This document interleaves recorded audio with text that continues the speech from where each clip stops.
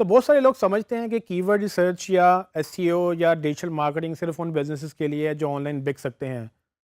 बहुत सारे लोग जो फिजिकल बिजनेसेस रखते हैं उनको लगता है कि एसईओ या मार्केटिंग उनके लिए नहीं है। वो इसको इग्नोर करते हैं और वो अल्टीमेटली इसमें फ्लॉप हो जाते हैं। तो इनमें से एक केस स्टडी मैंने ली है डेंटिस्ट की। फॉर एग्जांपल अगर एक डेंटिस्ट को आप इमेजिन करें तो डेंटिस्ट के पास जाना पड़ता है अपना इलाज करवाने के लिए। लेकिन क्या डेंटिस्ट के लिए डिजिटल मार्केटिंग एक बेहतर ऑप्शन हो सकती है? क्या वो अपना बिज़नेस ग्रो कर सकता है डिजिटल मार्केटिंग की वजह से? क्या एसईओ में लोग उसको आइडेंटिफ़ाई कर सकते हैं कि अच्छा डॉक्टर कौन-सा है? क्या सर्च उसकी ब्रांड बिल्डिंग में, उसकी रिकग्निशन में उसको हेल्प कर सकती है या एक्विज़िशन में उसको हेल्प कर सकती है? अल्टीमेटली ये वो सारे सवाल हैं जिसका जवाब अभी हम फाइंड आउट करेंगे। इन शॉर्ट मैं आपको ये बताता चलूँ कि बिज़नेस चाहे कोई भी हो, आपको डिजिटल पे सब सर्च कर रहे हैं और उनमें वो बिज़नेसेस भी हैं जो डिजिटल पे चलते हैं और वो बिज़नेसेस भी हैं जो डिजिटल पे कभी जिन्होंने शायद सोचा भी नहीं था। तो डॉक्टर्स एक ऐसी कैटेगरी है जो कि समझते हैं कि उनके पास कस्टमर चल कर आता है और इस तरह से बहुत सारे बिज़नेसेस और भी हैं जिनको ये लगता है कि कस्टमर हमारे पास चल कर आता है और उसको डिजिटल मार्केटिंग की क्या ज़रूरत है या हमें वेबसाइट की क्या ज़रूरत है या एसईओ में हम क्यों इन्वेस्ट करें जबकि हमारा कस्टमर हमें खुद कॉल करता है। अभी हम आइडेंटिफाई करेंगे कि क्या डेंटिस्ट या इस जैसे और बिज़नेसेस उनको गूगल से कोई हेल्प मिल सकती है या उनको डिजिटल मार्केटिंग या एसईओ से कोई हेल्प मिल सकती है और अगर मिल सकती है तो वो कैसे? आइए देखते हैं। मैं दोबारा से गूगल एड्स पे लॉगिन करूँगा, उसमें कीवर्ड प्लानर टूल पे जाऊँगा और सबसे पहले मैं सर्च करूँगा डेंटिस्ट। अगर मेरा डेंटिस्ट का बिज़नेस है तो मैं एक्सपेक्ट करूँगा कि लोग डेंटिस्ट लिख कर ही मुझे सर्च करेंगे। तो हम ये देखेंगे कि सबसे ज़्यादा डेंटिस्ट में क्या सर्च होता है। जैसे मुझे रिज़ल्ट आया तो आप देख सकते हैं कि उसमें काफ़ी ज़्यादा सर्चेज़ हैं। इसको मैं अगर सॉर्ट कर लूँ हाईएस्ट टू लोवेस्ट, तो टीथ व्हाइटनिंग सबसे ज़्यादा सर्च हो रही है पाकिस्तान में इस वक्त डेंटिस्ट के लिए। तो 1000 से 10,000 लोग ये वो लोग हैं जो टीथ व्हाइटनिंग चाहते हैं। उसके बाद crown, toothache, braces, dentist games, veneers, teeth braces, ये सारे कीवर्ड्स हैं जो सर्च हो रहे हैं। तो इसमें से डेंटिस्ट गेम शायद ऐसा कीवर्ड है जो कि मे बी एक डेंटिस्ट से रिलेटेड ना हो, मे बी ये मोबाइल ऐप्स या मोबाइल गेम्स के रिलेटेड है। तो हम इसको क्या करेंगे, हम इसको फर्दर एक्सप्लोर करने के लिए डाउनलोड कर लेंगे और मैं मज़ीद चाहूँगा कि हम मज़ीद कीवर्ड सर्च करें। तो फॉर एग्ज़ाम्पल मुझे यहाँ पर डेंटल क्लिनिक एक वर्ड नज़र आया जो कि एक अच्छा कीवर्ड है डेंटिस्ट के लिए। हो सकता है लोग डेंटिस्ट लिख के डेंटिस्ट को ना सर्च करें, वो डेंटल क्लिनिक लिख के डेंटिस्ट को सर्च करें। तो हम इसको कीवर्ड को एक्सपैंड करेंगे। कीवर्ड रिसर्च को एक्सपैंड करने के लिए मैं डेंटल क्लिनिक सर्च करूँगा और देखूँगा कि इसके अगेंस्ट हमें क्या रिज़ल्ट आता है। जैसे ही मैंने डेंटल क्लिनिक लिखा, टॉप पे मुझे अभी भी डेंटिस्ट मिल रहा है, लेकिन उसके नीचे शायद डेंटल टेक्नीशियन, डेंटल ट्रीटमेंट, ये सारे वो कीवर्ड्स हैं जो मुझे गूगल दिखा रहा है। तो इसको भी हम डाउनलोड कर लेंगे ताकि हमें पता हो कि कितने लोग ये सर्च कर रहे हैं।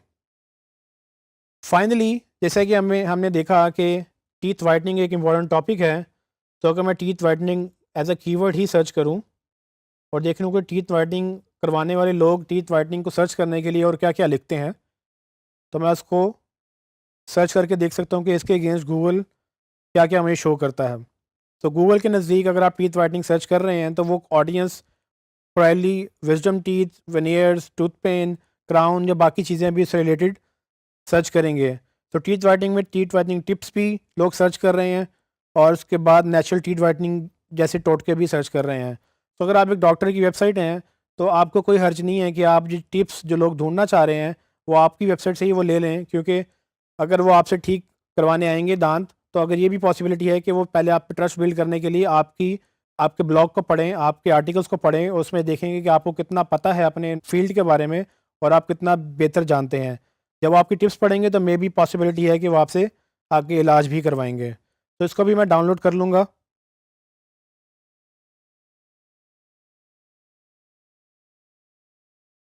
मैं अपनी गूगल ड्राइव में जाकर एक नए क्लाइंट का फ़ोल्डर क्रिएट करूँगा, जिसमें मैं इसका नाम XYZ डेंटिस्ट रख रहा हूँ।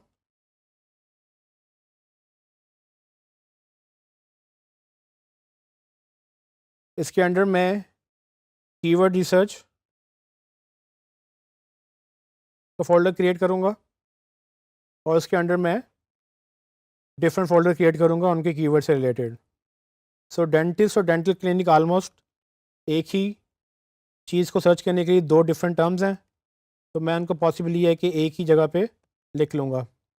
तो डेंटिस्ट का मैंने एक फ़ोल्डर क्रिएट कर दिया और उसके बाद मैं टीथ व्हाइटनिंग जो कि एक सर्विस है, उसका फ़ोल्डर बनाऊँगा और मैं इन फ़ोल्डर्स में वो फ़ाइलें अपलोड कर दूँगा।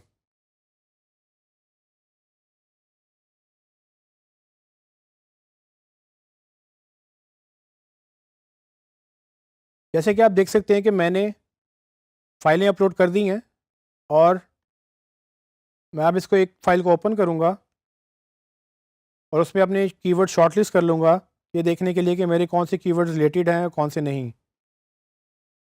तो आपने देखा होगा कि मैंने फ़ाइलों के नाम चेंज नहीं किए, जो कि बाद में मसला कर सकती हैं कि मुझे शायद याद ना रहे कि ये फ़ाइल किस कीवर्ड के अगेंस्ट थी। तो मैं इसको अभी चेंज कर सकता हूँ, ताकि हमें ये बाद में याद रहे कि ये हमने किसके अगेंस्ट सर्च की थी। तो सेम वही प्रैक्टिस करेंगे जैसे कि हम पहले करते आ रहे हैं। इसको हम ऑर्गेनाइज़ करने के लिए फ़िल्टर्स लगाएँगे।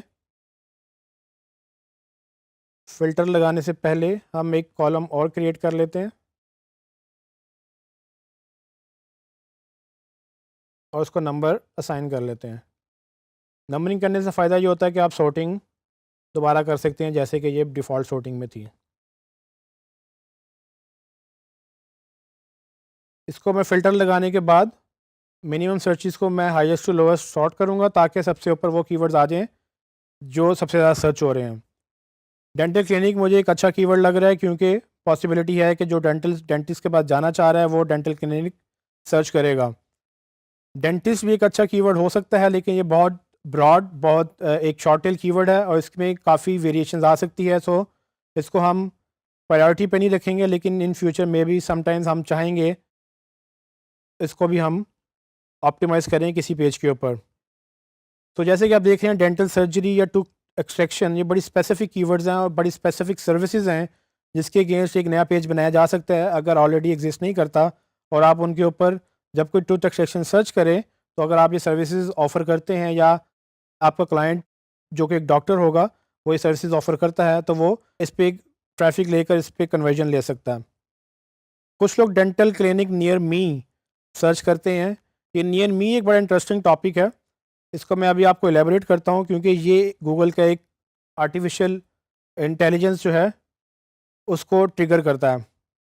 सो नीचे अगर आप ड्रिल डाउन करते जाएं, तो आपको काफ़ी ऐसे कीवर्ड्स मिलेंगे जिन पे आप नए पेजेस बना सकेंगे, जिन पे आप कीवर्ड्स आप देख लेंगे कि कौन से कीवर्ड्स किस पेजेस पे जाने चाहिए।